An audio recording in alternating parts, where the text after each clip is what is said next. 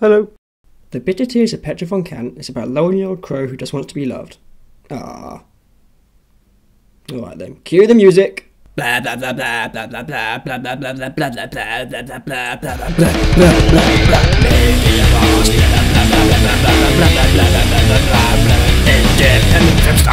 Well, the first thing to know about this film is that it's all about the metaphor. Of course, the thing about metaphor is that they can be quite subjective. For example, one thing I noticed in this film was the eerie shadow of a dog over the doorway to Petra's bedroom. It later turns out to be the shadow of a statue of a goat, or ram, which means she's the devil. I'm a genius!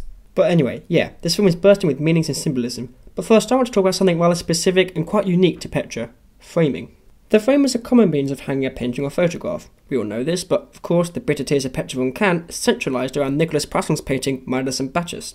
And throughout the film, Petra and the rest of the cast pose likewise to the figures in the painting. They lean, they laze, an expression of utter ennui. Fassbinder makes the emotions of these characters and their symbiosis to the painting literal by constantly framing them with joists, walls, windows, the mannequins, even each other. At first I thought it was a rather lazy, obvious way of just getting different angles, but actually the composition of each shot is very carefully thought out, and the set design which incorporated the wooden joist at one end of Petra's room was obviously very specifically conceived as the script was written. In one particular instance, Petra's servant, Marlene, brings Petra and Karen, Petra's love interest, a tray of fruit, and for several seconds the three women mirror the painting behind them in very specific detail. Marlene's arms are outstretched, Petra rests upon her elbow, and Karen is touching her boobs. The shot is broken by the presence of one of the wooden joists near the bottom of the screen. It cancels out the stuff that doesn't match with the painting behind. Fassbinder is begging us to see the correlation between the actors and the painted figures. And scenes like this happen across the entire film. It's almost as if it were based on a graphic novel, as the characters walk in, they stand on exactly the right spot for a doll on a shelf to put over their shoulder, and for one of those pesky mannequins to rear their ugly heads around one side of the screen. Oh, and you can see Marlene painted through the joists. It's all very fake and unnatural. When I put it like that, another theme starts to jump out. Petra is a fashion designer, and her bedroom is full of art and stylish design, and at different acts in the film, she wears numerous glamorous and absurd outfits.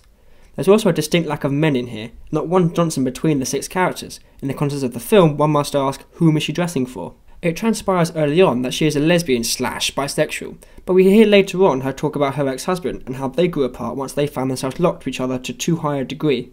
They were no longer open, and that didn't sit well with our protagonist. So it's perhaps her way of attracting people to like her, to surround herself in fashion and wear outrageous clothing when people come to visit. With the lack of men around, she has to over-try. The clear, perhaps lazy metaphor here is that people often present themselves in the way they think others want to see them, or in a slightly different context, perhaps a young gay man like Fassbinder felt he had to cover up his true self. Too far? Let's move on. And now those mannequins. Ugly, bald, pale, plastic, bony, unnatural things that play their own important parts of the story.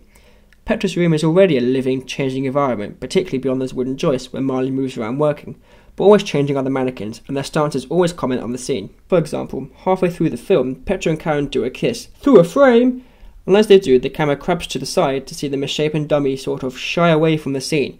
They look away in disgust at this horrible act of homosexuality.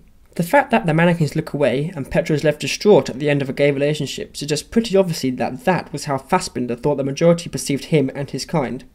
Similar to Petra's relationship with the painting, in terms of her posing like the characters in it, the mannequins at a few times reflect her stance with creepy accuracy. Now this could just be a coincidence, but considering that we can clearly see the plastic poser over her shoulder, and taking into account the meticulous design of the rest of the film, it seems clear that their job is to mock Petra and to bring her down. This is fully realised at the end of the film, where Petra has lost her lover and her family, and she is about to lose Marlene.